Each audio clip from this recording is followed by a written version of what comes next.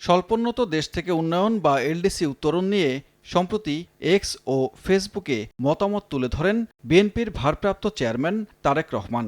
2026 সালের নভেম্বরে এলডিসি উত্তরণ হলে বাংলাদেশ বেশ কিছু ঝুঁকির মধ্যে পড়বে বলে শঙ্কা প্রকাশ করেন তিনি। পোশাক শিল্পের বাজার, বৈদেশিক ঋণ, ওষুধ শিল্পের পেটেন্ট নিয়ে বাংলাদেশ বিপাকে পড়তে পারে বলেও জানান তিনি। এমন পরিস্থিতি সামাল দিতে রফতানি বৈচিত্র্যকরণ ও আর্থিক প্রাতিষ্ঠানিক কাঠামো শক্তিশালী করার কথা বলেন।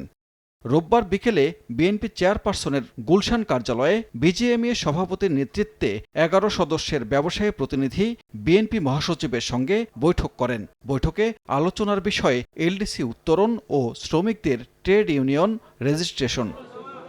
বৈঠক শেষে বিএনপির স্থায়ী কমিটির সদস্য আমির খসরু মাহমুদ চৌধুরী বলেন, বিনিয়োগে আগ্রহীরা জাতীয় নির্বাচনের অপেক্ষায়, আর এলডিসি উত্তরণ আপাতত স্থগিত করা প্রয়োজন।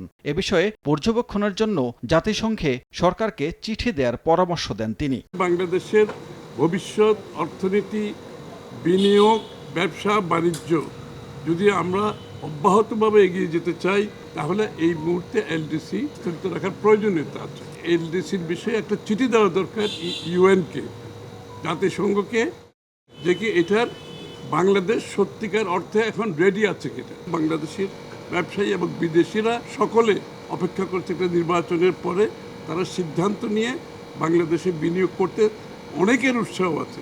এ সময় বিজিএমএ সভাপতি মাহমুদ হাসান খান বাবু বলেন, এই মুহূর্তে এলডিসি উত্তরণের জন্য প্রস্তুত নয় বাংলাদেশ, তবে স্থগিত নয়, এই প্রক্রিয়া অন্তত 3 বছর পেছানোর প্রয়োজন। এছাড়া 20 জন শ্রমিক আবেদন করলেই ট্রেড ইউনিয়ন করার বিধান কার্যকর হলে অপব্যবহারের শঙ্কা তার। মাত্র যদি 20 জনের ট্রেড ইউনিয়নের রেজিস্ট্রেশন দিয়ে দেওয়া হয় এবং একটা শিল্পে সর্বোচ্চ 5টা রেজিস্ট্রেশন দিয়ে দেওয়া হয়, তাহলে শিল্প টিকবে না। এটা আমাদের একেবারে রুট লেভেলের বাস্তবসম্মত অভিজ্ঞতা।